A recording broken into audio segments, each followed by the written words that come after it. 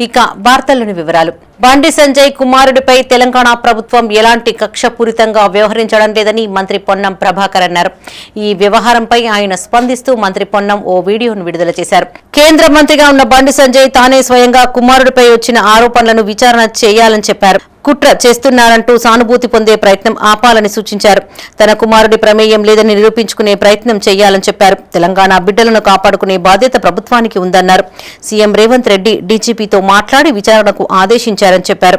మహిళా డీసీపీ అధికారితో విచారణ జరుగుతుందన్నారు. దోషులు ఎంతటి వారైనా చట్టం ముందు నుంచి తప్పించుకోలేరని అన్నారు.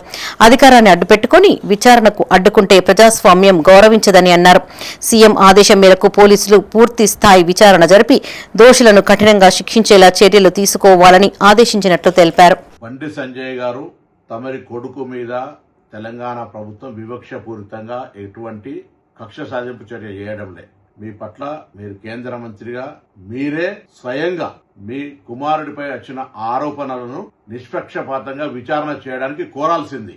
మీరు దాని మీద ఏదో కుట్ర చేస్తా ఉన్నారు, సానుభూతి కొరకనే ప్రయత్నం చేసే కంటే ఆ అమ్మాయి మిమ్మల్ని కలిసిన మాట వాస్తవమా కాదా, ఆ అమ్మాయితో బాబు తిరిగిన మాట వాస్తవమా కాదా, వాటిని నిరూపణ చేసుకోవడానికి ప్రయత్నం చేసి నిర్దోషిగా అయితే నిర్దోషిత్వం నిరూపించుకోండి. కానీ మీరు కేంద్ర హోంశాఖ సహాయ మంత్రి ఉండి ఒకవేళ పొరపాటు జరిగితే చట్టం తన పని తాను చేసుకుపోయే విధంగా ఉండాలని కోరుకుంటా ఉన్నా. ఇక్కడ ఎవరి పట్ల ఎవరికి తెలంగాణ ప్రభుత్వం వివక్ష లేదు.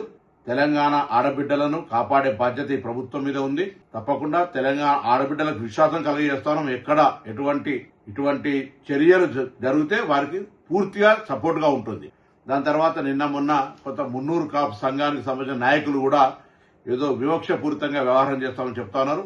నాకున్న సమాచారం మేరకు ఆ అమ్మాయి కూడా సేమ్ మున్నూరు కాపు వర్గానికి సంబంధించిన అమ్మాయి అని తెలిసింది. కాబట్టి ఇందులో ఎవరిని బ్లేమ్ చేయడానికి వాడుతున్నటువంటి అంశం లేదు ఇందులో.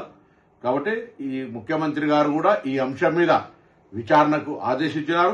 నిన్న ప్రధానమంత్రి గారి ప్రోగ్రాం ఉండడం వల్ల అందరూ కూడా అదే ఏరియాలో ఉండడం వల్ల కొంత ఒక రోజు ఆలస్యమై ఉండొచ్చు. కానీ ఆ కన్సర్న్డ్ డీసీపీ లేడీ ఆఫీసర్ తోటి విచారణ కొనసాగుతోంది.